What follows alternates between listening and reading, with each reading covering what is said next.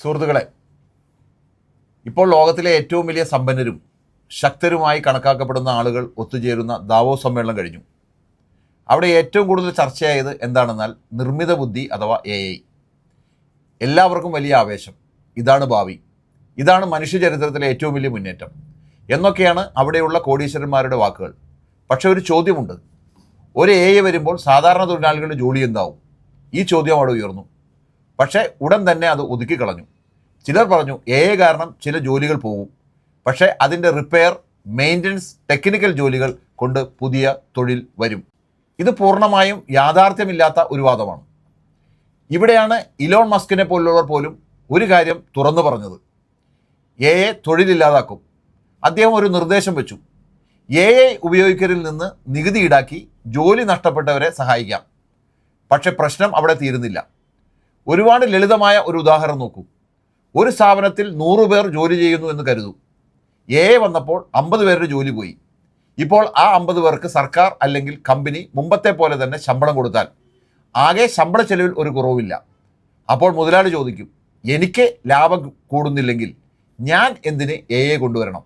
അതിനാൽ AI വരണമെങ്കിൽ കൂടുതൽ ഉൽപ്പാദനവും കൂടുതൽ ലാഭവും ഉണ്ടാകണം.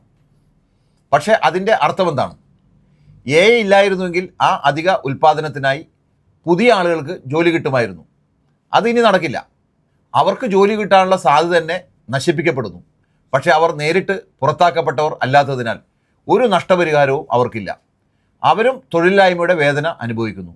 സമൂഹത്തിലെ പ്രശ്നങ്ങൾ അതുപോലെ തുടരുന്നു. പ്രശ്നം AI അല്ല, പ്രശ്നം ക്യാപിറ്റലിസമാണ്. ലാഭത്തെ മാത്രം നോക്കുന്ന സംവിധാനം. ഈ സംവിധാനത്തിൽ ഏത് സാങ്കേതിക മുന്നേറ്റവും തൊഴിലാളികൾക്ക് ദുരിതം തന്നെയാണ് ഉണ്ടാക്കുക. അതുകൊണ്ടാണ് 19-ാം നൂറ്റാണ്ടിലെ ലഡൈറ്റുകൾ പോലെ യന്ത്രങ്ങളെ എതിർക്കുന്ന തൊഴിലാളികളെ വെറും പിന്നോക്കക്കാർ എന്ന് വിളിക്കാൻ കഴിയാത്തത്. യന്ത്രം അവരുടെ ദാരിദ്ര്യത്തിന് തൽക്ഷണ കാരണമാണ്. സോഷ്യൽ സമൂഹത്തിൽ ഇതേ AI വന്നാൽ എന്ത് സംഭവിക്കും? ഇവിടെ കഥ മുഴുവൻ മാറും. അതേ ഉദാഹരണം വീണ്ടും നോക്കാം. മുമ്പ് 100 പേർ 8 മണിക്കൂർ ജോലി ചെയ്തു. AI വന്നപ്പോൾ 50 പേർക്ക് 8 മണിക്കൂറിൽ അത് ചെയ്യാൻ കഴിയും. ക്യാപിറ്റലിസത്തിൽ 50 പേർ പുറത്താകും. സോഷ്യലിസത്തിൽ 100 പേരും ജോലിയിൽ തുടരും. ഓരോരുത്തരും 4 മണിക്കൂർ മാത്രം ജോലി ചെയ്യും. ശമ്പളം മുമ്പത്തെ പോലെ തന്നെ. ഇവിടെ ലാഭം കൂട്ടുന്നില്ല, പക്ഷേ മനുഷ്യരുടെ ജീവൻ മെച്ചപ്പെടുന്നു. കുറഞ്ഞ പണി, കൂടുതൽ വിശ്രമം, ചിന്തിക്കാൻ സമയം, സൃഷ്ടിക്കാൻ സമയം, ജീവിക്കാൻ സമയം. ഇത് ക്യാപിറ്റലിസത്തിൽ ഒരിക്കലും നടക്കില്ല. കാരണം അവിടെ എല്ലാ തീരുമാനങ്ങളും ലാഭത്തിനു വേണ്ടിയാണ്. AI വരുന്നത് തന്നെ തൊഴിലാളികളുടെ എണ്ണം കുറയ്ക്കാൻ കഴിയുമെന്ന ഉറപ്പുണ്ടെങ്കിൽ മാത്രം. തൊഴിലില്ലായ്മ കൂടുമ്പോൾ ശേഷിക്കുന്ന തൊഴിലാളികൾക്ക് ശമ്പളം കൂട്ടാനുള്ള ശക്തി നഷ്ടപ്പെടും. അങ്ങനെ ലാഭത്തിൻ്റെ വിഹിതം മാത്രം കൂടും. ഇവിടെയാണ് മറ്റൊരു വലിയ കാര്യം മനസ്സിലാക്കേണ്ടത്. എല്ലാ കമ്പനികളും സർക്കാർ ഉടമസ്ഥതയിൽ ആക്കി, പക്ഷേ അവയും ലാഭം നോക്കി പ്രവർത്തിക്കട്ടെ എന്ന ആശയം സോഷ്യലിസമല്ല, ക്യാപിറ്റലിസത്തിൻ്റെ മറ്റൊരു രൂപം മാത്രമാണ്. യുഗോസ്ലാവിയയിൽ ഇത് പരീക്ഷിച്ചു. ഫലം എന്തായി? തൊഴിലില്ലായ്മ, സാമ്പത്തിക അസ്ഥിരത. സോഷ്യലിസം എന്നത് ഉടമസ്ഥത മാറ്റുന്നത് മാത്രമല്ല, ലാഭചിന്ത തന്നെ മാറ്റുന്നതാണ്.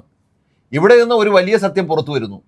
മനുഷ്യരാശിക്ക് യഥാർത്ഥത്തിൽ ശാസ്ത്ര സാങ്കേതിക മുന്നേറ്റങ്ങളുടെ ഫലം ലഭിക്കണമെങ്കിൽ സോഷ്യലിസം അനിവാര്യമാണ്. ക്യാപിറ്റലിസത്തിൽ ഓരോ വലിയ കണ്ടുപിടുത്തവും തൊഴിലാളികൾക്ക് ദുരന്തമാണ്.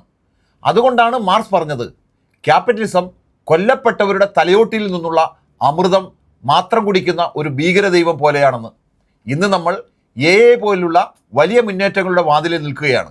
അവ മനുഷ്യരെ മോചിപ്പിക്കണോ അതോ മനുഷ്യരെ അനാവശ്യമാക്കണോ? അതിന് ഉത്തരമുണ്ട്. സോഷ്യലിസം സമത്വമുള്ള സമൂഹം, പണി പങ്കിടുന്ന സമൂഹം, ഉൽപ്പാദനം പങ്കിടുന്ന സമൂഹം. AI ക്യാപിറ്റലിസത്തിൽ അപകടമാണ്. പക്ഷേ AI തന്നെയാണ് സോഷ്യലിസത്തിനുള്ള ഏറ്റവും ശക്തമായ വാദം.